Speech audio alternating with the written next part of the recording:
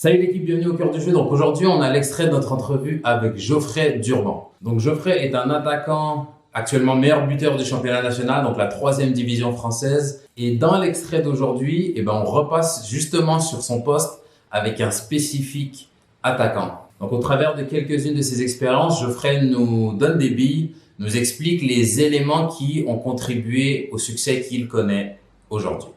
C'est parti.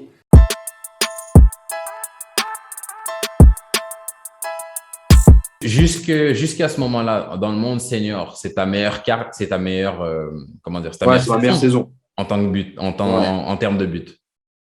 ouais, meilleure saison. Même en termes de vécu, des trucs comme ça, tu vois. Ouais, c'est ta meilleure expérience. Ouais. Et si je te demande en termes de, là, on se met vraiment dans la peau du buteur. Hmm. Entre cette saison-là, qu'est-ce qui fait que cette saison-là, c'est quoi les ingrédients qui font pour toi? Tu me dis tous les ingrédients qui te passent par la tête, hein, qui font que cette Hmm. saison-là, tu arrives à avoir autant de réussite. Tu vois, chaque année, peut-être en N3, tu vois, j'avais des joueurs, c'était des bons joueurs, peut-être des joueurs de N3, Hmm. peut-être N2. Mais là, tu vois, j'étais avec des joueurs qui avaient le niveau peut-être national, voire ou top joueur de N2, Ok. voire national. Donc, du coup, tu rentres dans un groupe qui a un bon niveau, qui se connaissent depuis un petit moment. Tu as juste rafistolé quelques joueurs, tu as ramené quelques joueurs à droite et à gauche, Mhm. dont un buteur. Et quand tu sais que dans ce projet-là, tu es un joueur phare, tu es obligé de te mettre au niveau. Donc, il y a cette notion-là de confiance.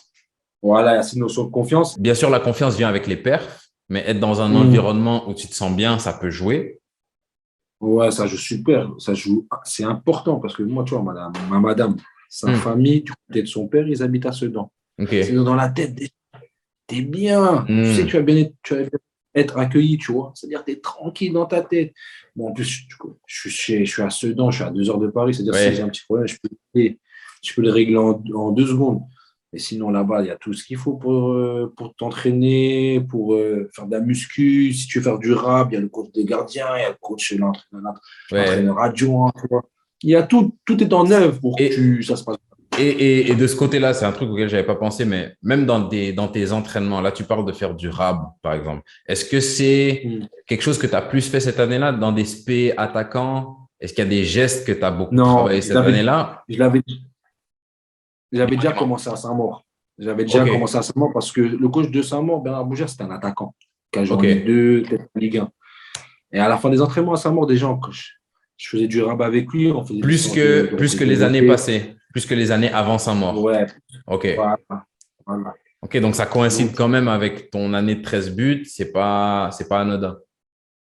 ouais, voilà. Tu vois, c'est pas genre, c'est en mode ah, là, c'est de la chance, tu vois, Voilà. tu C'est vois, ça, en fait, quand t'as mis 13, c'est ça que j'essaie de briser parce que on regarde ton CV, on regarde tes stats. Ouais, ok, 7, 3, 7, 8, 13.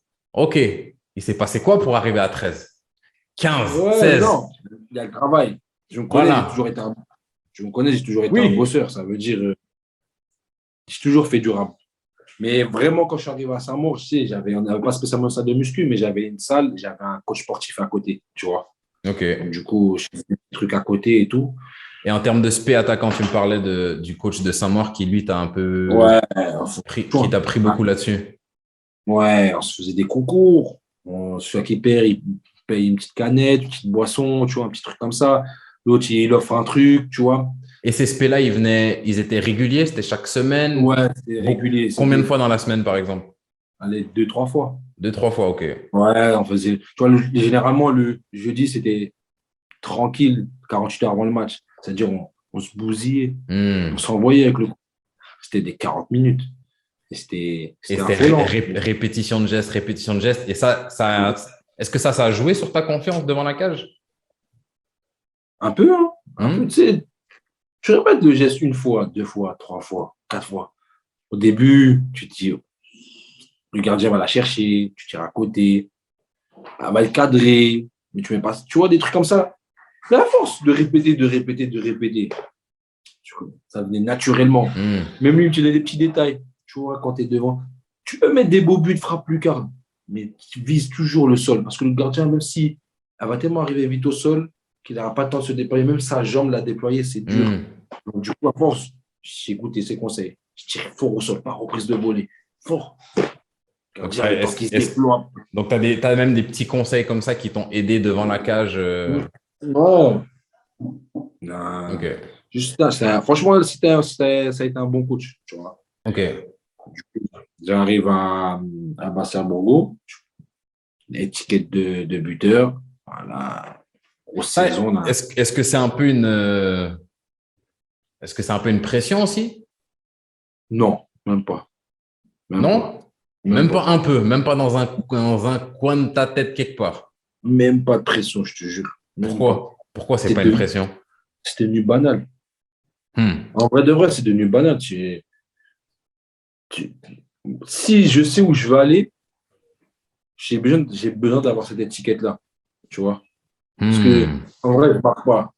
Si tu ne marques pas, les gens te mettent sur le côté, ils t'oublient. Mais tu es un mec qui marque. Après, il faut l'assumer ton rôle. Je dis ça quand même parce que là, tu me dis le résultat. Au final, tu as eu raison. Mais je me dis, En fait, c'est un pari. en début de saison, tu n'es pas devin. Tu ne sais pas. Peut-être que cette année-là, les ballons, ils viennent moins bien. Ou il y a 4-5 buts que tu aurais pu mettre. Le ballon, il tape le poteau. Ça change, ça se joue à pas grand-chose des fois. Non. À Borgo, à Borgo, franchement, l'environnement incroyable. Il fait beau et tout. Mais à Borgo, non, il y a des moments de doute.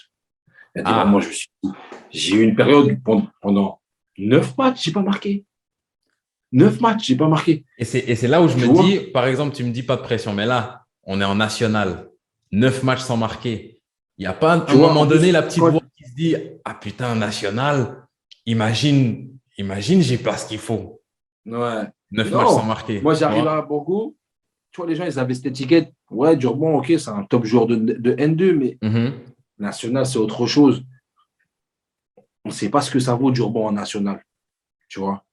Est-ce que, juste une question, je te coupe 2 secondes. Quand tu n'arrives pas à marquer, est-ce que les passes D, elles apaisent un peu la douleur de ne pas marquer? Quand tu te dis, vas-y, ou tu dis, j'ai pas marqué, mais ok, j'ai quand même. J'ai réussi à être décisif quand même, tu vois. C'est ça, voilà. Tu vois, quand tu ne marques pas, au moins tu fais la passe, tu te sens concerné, tu as aidé l'équipe. Tu vois. Mais quand tu ne marques pas, c'est vrai que c'est frustrant. Mais si tu as contribué au but, ça passe. Ok. Tu vois. Donc ça va. Et cette période de 9 matchs sans marquer, là, elle arrive quand? Elle arrive. Ok. Elle arrive là, à ce moment-là. De février à début février à allez, mi-mars. Mi-mars. Un mois, pratiquement 2 mois. Et je fais mes matchs, tout ça, mais vas-y, ça touche la barre. J'enroule, le gardien va la chercher. Tu dis, mais non. C'est quoi ce délire, tout ça? Tu tires à côté. Oh, le coach, il te sort à la 80, 75e. Tu doutes un peu, je ne vais pas dire que tu doutes. Tu doutes. Donc, 2+1, tu signes à Laval. Et là, on est dans la saison dans laquelle tu es aujourd'hui. Actuellement, ouais. Vous êtes à combien de matchs là? 13 matchs. 13 matchs, tu es à combien de buts?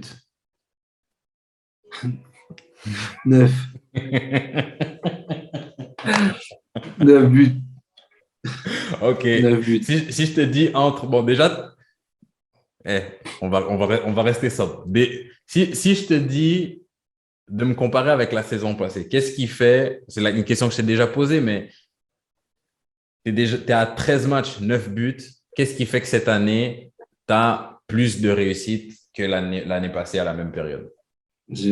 Comment dire? Quand tu as la confiance du coach, même si je l'avais auparavant, tu as la confiance du coach, tu as une bonne équipe, des joueurs d'expérience qui ont joué au Ligue 2 ou en Ligue 1. Tu arrives dans une équipe où là, le coach, il a une physionomie du jeu. Ouais, philosophie. Ouais. C'est qu'une question de temps. Tu sais que tu vas marquer. Si tu ne marques pas dans une saison, c'est bizarre un peu. Là. Non, la vie, c'est bizarre. Si tu ne marques pas dans une saison, c'est bizarre.